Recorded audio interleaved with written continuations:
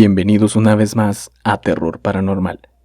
En esta ocasión les traigo una historia compartida por Jorge García. Con ustedes, Posesión.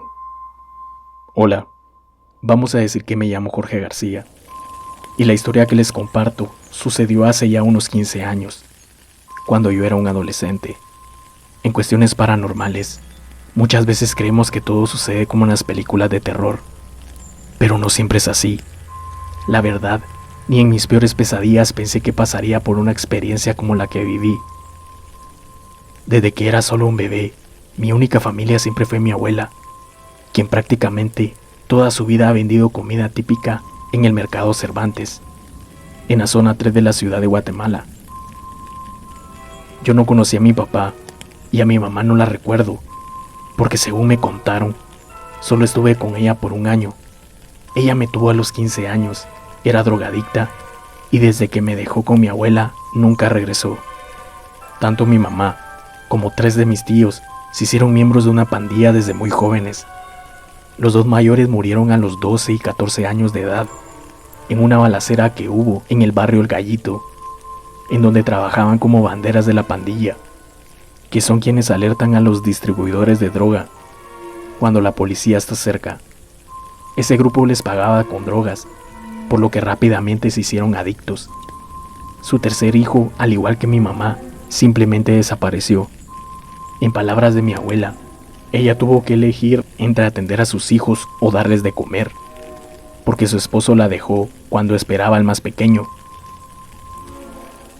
Cuando habla de esto, se pone muy triste porque se siente culpable por haberlos descuidado. Su hijo más pequeño era mi tío Javier, a quien trató de proteger de las pandillas. Sin embargo, en su adolescencia, también terminó por caer en la drogadicción. Recuerdo que cuando yo tenía unos 8 años, muchas veces me prometió que dejaría de drogarse, pero lo más que duraba limpio era un par de semanas. Eso me enojaba mucho y cada vez me sentía más decepcionado de él. Así que traté de meterme de cabeza en los estudios y ayudar a mi abuela en el mercado. Hasta en un sanatorio cristiano lo fue a meter mi abuela unas 3 veces. Pero él siempre encontró la forma de escaparse, a pesar de que él mismo había estado de acuerdo en ingresar. Lo que siempre me llamó la atención es que Javier decía sentir una fuerza muy grande, que lo obligaba a consumir, y a mí me parecía muy sincero. Algunas veces también hablaba de una sombra, que lo dominaba y que no lo soltaba hasta que se metía alguna droga fuerte en el cuerpo. Después de eso, sentía como esta sombra lo dejaba por unas semanas, pero luego regresaba con más fuerza y con más necesidad de drogas. Además me sorprendía que siempre encontraba la forma de conseguir hasta las drogas más caras. Creo que lo ayudaba mucho el ser bien parecido y tener una personalidad muy carismática. Por eso siempre tuvo muchos amigos y amigas, la mayoría de ellos de un estrato social alto. Tan desesperada estaba mi abuela, que en una de las peores crisis de Javier, me pidió que la acompañara donde una bruja que vivía en la zona 6. Yo realmente no creía que funcionara, pero no quise dejarla sola y que la fueran a estafar. Esta señora comenzó por leerle un puro, pero a mí me pareció que no leía nada en él, porque sin que mi abuela le preguntara algo, ella le fue diciendo cosas muy personales de su vida. Después la señora le habló de mi tío y de que éste tenía un problema que debería ser resuelto lo más pronto posible, pero debía llevarlo con ella para saber exactamente cómo ayudarlo. Debido a que Javier aún estaba recuperándose, la bruja quedó en visitarnos la noche siguiente. Durante su visita, le pidió a mi abuela un vaso de cristal transparente con agua, en el que partió y echó un huevo de pato que previamente le pasó en todo el cuerpo a mi tío. Luego de unos minutos, el huevo fue cambiando de color, desde un verde claro hasta que quedó negro como petróleo. Y de inmediato, una pestilencia insoportable invadió la habitación. El semblante de la mujer cambió de inmediato. Le dijo algo al oído a mi abuela, quien enseguida me sacó del cuarto, saliendo ella también conmigo. Ya afuera, ella, que casi nunca fue a la iglesia, sacó un rosario, encendió una veladora amarilla enfrente del cuarto donde estaba la bruja y mi tío, y se hincó a rezar. Yo me quedé al lado suyo, sin saber qué hacer. Al principio escuchamos cómo la bruja hablaba en cachiquel y chilqueaba a mi tío, repitiendo la misma frase. Algunos minutos después, se escuchó un sonido que luego se fue convirtiendo en una voz muy carrasposa, como si fuera el sonido de un animal que también decía algo en cachiquel.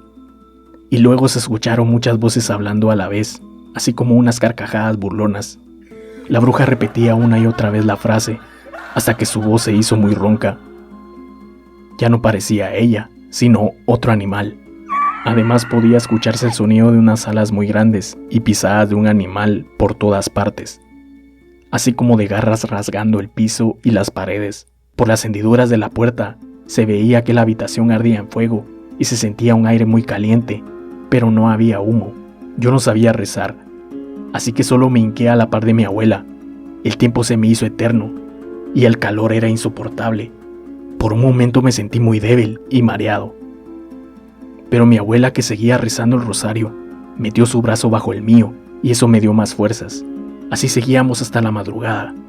El cuarto donde estaban ellos poco a poco dejó de retumbar, hasta que fue quedando todo en silencio. Solo se escuchaba a la bruja, ya con su voz humana, que decía otras frases en lengua. De pronto se escuchó la voz de mi tío, que le respondía en la misma lengua. Cuando al fin se abrió la puerta, la señora le dijo a mi abuela que a Javier se le había pegado el espíritu desencarnado de un hombre que en vida fue un empresario muy rico y exitoso, pero también muy dado a los excesos, en especial de drogas de todo calibre, y durante una de esas experiencias falleció repentinamente en un accidente en su carro, cuando estaba por cumplir 30 años. Esto sucedió a principios de los años 70, pero su espíritu no aceptaba su muerte y seguía sediento de los excesos a los que estaba acostumbrado. Según nos dijo la bruja, este tipo de entidades son como larvas que deambulan en planos energéticos muy bajos, y una vez encuentran a un ser humano con características o costumbres similares a las que ellos tuvieron en vida, se van alimentando de su energía hasta que la persona va perdiendo el dominio de sí mismo, por lo que puede decirse que está poseído por este ser, que entonces aprovecha para dar rienda suelta a sus hábitos o vicios y disfrutar así del placer en un cuerpo ajeno. La bruja siguió practicándole limpias a mi tío por 8 días más y le entregó un escapulario y una piedra negra para su protección. Estos amuletos los debía llevar durante toda su vida. Mi tío no volvió a recaer en las drogas ni en otro vicio. Sin embargo, falleció en un accidente de tránsito 3 años después. De la bruja no volvimos a saber. A los meses de esa experiencia, acompañé a mi abuela a buscar su casa, pero por más vueltas que dimos a la colonia donde vivía, no la encontramos. Posesión.